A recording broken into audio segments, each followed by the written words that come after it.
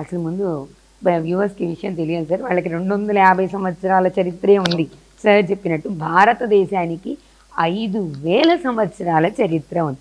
అంటే అమెరికా కళ్ళు తెరవక ముందే భారతదేశం కొన్ని సంవత్సరాల పాటు అది అంటారు కదమ్మా, మన తెలుగులో సామెత ఉంది, ముందొచ్చిన చెవుల కన్నా వెనకొచ్చిన కొమ్ములు వాడి అని అంటారు కదా.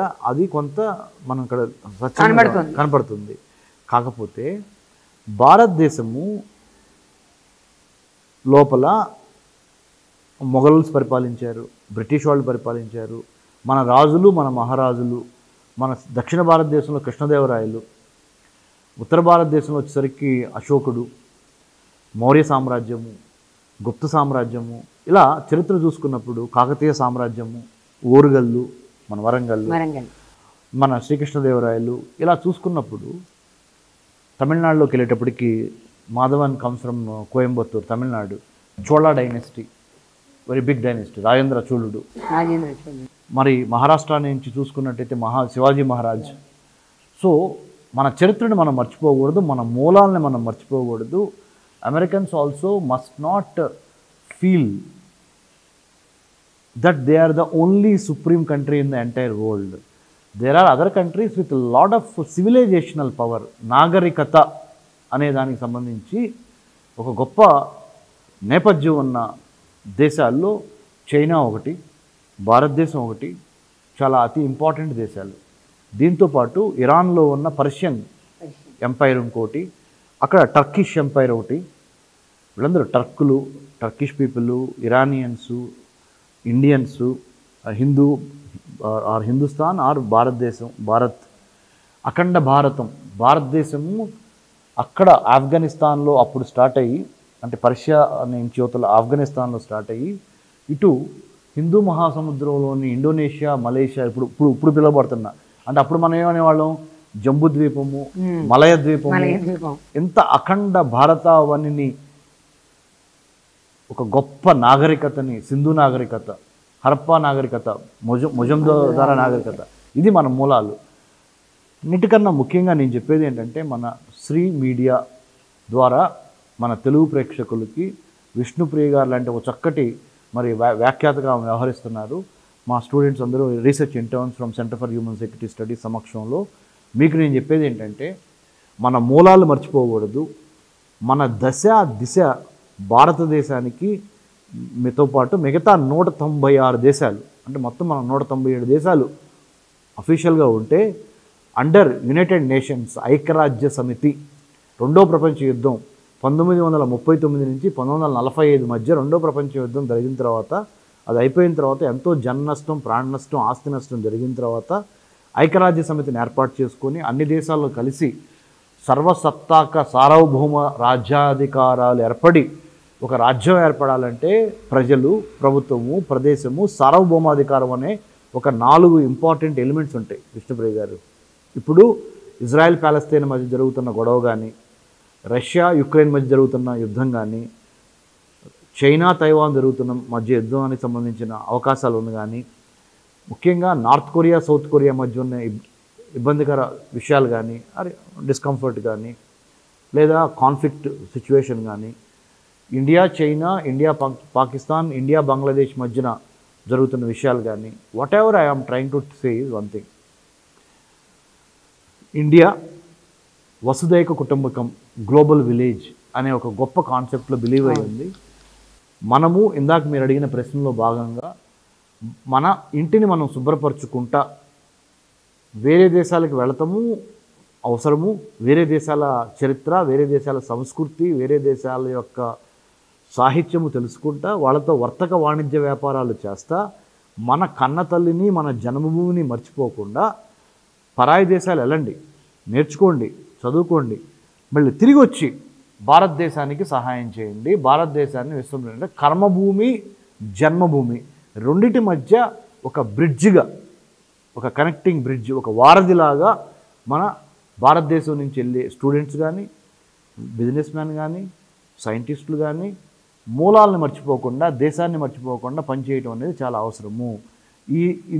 ఈ త్రివర్ణ పతాకం ఇలా ఎగురుతుంది అంటే కారణము ఎంతోమంది, భగత్ సింగ్, చంద్రశేఖర్ ఆజాద్, రాజ్గురు, మా ముత్తాత my great grandfather Kannigenti Hanumantu was shot by the British in Palnadu in Durgimandalam in 1922, February 22.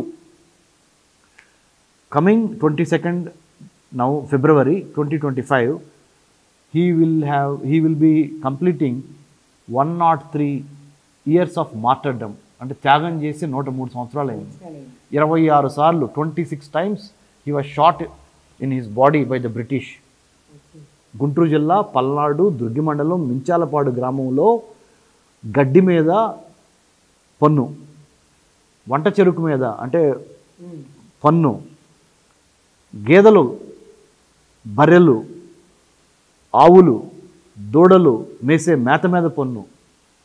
ఎవడు ఎందుకు కట్టాలరా సొంకో, ఎవడబ్బా సొమ్ము అనుకున్నావరా అని బ్రిటిష్ వాడికి ధైర్యంగా రొమ్ము చీల్చి ఎదురు నిలబడిన మా ముత్తాతని కాల్చి చంపిన నేపథ్యం.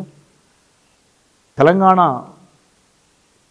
మరి బంగారు తెలంగాణ మూలంకి వెళ్తే కొమరం భీం లాంటి వాళ్ళు, గోండు నాయకుడు కొమరం భీం, ఆయన మరి ప్రాణాలు అర్పించిన విధానం కానీ బ్రిటిష్కు వ్యతిరేకంగా, అంటే అమెరికాకి భారతదేశానికి మధ్య సారూప్యత నేను చెప్తున్నా. సేమ్ బ్రిటిష్ వాళ్ళు మనల్ని పరిపాలించారు, వాళ్ళని పరిపాలించారు. వాళ్ళు స్వతంత్రం తెచ్చుకున్నారు, మనం స్వతంత్రం తెచ్చుకున్నాం. వాళ్ళు ప్రజాస్వామ్యబద్ధంగానే పరిపాలన చేస్తున్నారు, మిలిటరీ పాలన చేయట్లేదు, లేకపోతే టెర్రరిస్టుల పాలన చేయట్లేదు. భారతదేశం ఇంతవరకు 1947 ఆగస్ట్ 15 నుంచి, since 15th August 1947 till today, we have never had the experience of military rule or mullah rule or some other terrorist ruling. ప్రజల చేత, ప్రజల కొరకు, ప్రజల వలన ఏర్పడిన డెమోక్రసీ. అబ్రహం లింకన్ అనండి, మార్టిన్ లూథర్ కింగ్ జూనియర్ అనండి, మన రాజ్యాంగ నిర్మాత డాక్టర్ బిఆర్ అంబేద్కర్ అనండి, అంబేద్కర్ గారితో పాటు ఎంతోమంది అంబేద్కర్ గారితో పాటు కలిసి పనిచేసి రాసిన రాజ్యాంగాన్ని మనము 1950 జనవరి 26 నుంచి చేసుకుంటా గణతంత్రము, గణము తంత్రము, గణము అంటే జనం, తంత్రము అంటే మంత్రము, అంటే వ్యూహము, ఒక పద్ధతి ప్రకారం మనల్ని మనం ఎలా పరిపాలించుకోవాలనేటివే గణతంత్రం. జమీందారులు కాదు, రాజరేఖ వ్యవస్థ కాదు, ప్రజల చేత, ప్రజల కొరకు, ప్రజల వలన, ప్రజల కోసం, ప్రజా సంక్షేమం కోసం మనల్ని మనం పరిపాలించుకోవటం అనే దాని మీదే భారత ప్రభుత్వము, భారతదేశము, మనందరం వివిధ జాతులు, మతాలు, కులాలు, సంస్కృతులు అన్నిటికీ మించి విభిన్న భాషలు, విభిన్న ప్రాంతాలు అందరం కలిసి మదర్ అండ్ మదర్ ల్యాండ్ రెండువి అన్కండిషనల్ లవ్ ఇస్తే మేడం గారు. కండిషన్స్ పెట్టకుండా ప్రేమించేవి రెండే, అమ్మ, మాతృభూమి. అందుకని సార్ ఇప్పుడు అది చెప్పండి, వాళ్ళు ఎలా ఈ ట్యాక్స్ అనేది అమెరికన్ సిటిజన్స్ ఒకలా, అదర్స్ ఒకలా అనేది ఎంతవరకు సపోర్ట్? మీరు అడిగిన ప్రశ్నకి నేను కొంత బ్యాక్గ్రౌండ్లో ఉపోద్ఘాతంలోకి వెళ్ళి మీరు అడిగిన ప్రశ్న వైపే వస్తున్నాను మేడం. తప్పనిసరిగా మంచి ప్రశ్న అడిగారు. అమెరికాతో 150 దేశాలు ప్రపంచంలో వ్యాపారం చేస్తుంటే వాళ్ళకి టారిఫ్ అంటే సుంకము అనేది రకరకాలుగా ఉంది మొన్నటి వరకు. GATT, general agreement on trade and tariffs అనేదాన్ని ఇదివరకు ఉండేది, గ్యాట్ అంటారు, GATT. ఆ గ్యాట్ని రద్దు చేసి తర్వాత అది వరల్డ్ ట్రేడ్ ఆర్గనైజేషన్ WTOగా ఆవిర్భవించి ఆ WTOలో అందరూ మెంబర్షిప్లు తీసుకొని, అంటే అన్ని కంట్రీలు ఎవరైతే వ్యాపారం చేద్దాం అనుకుంటున్నారో ఆ WTO యొక్క విధి విధానాలు, పాలసీలకు అనుగుణంగా వ్యాపారం చేయాలి.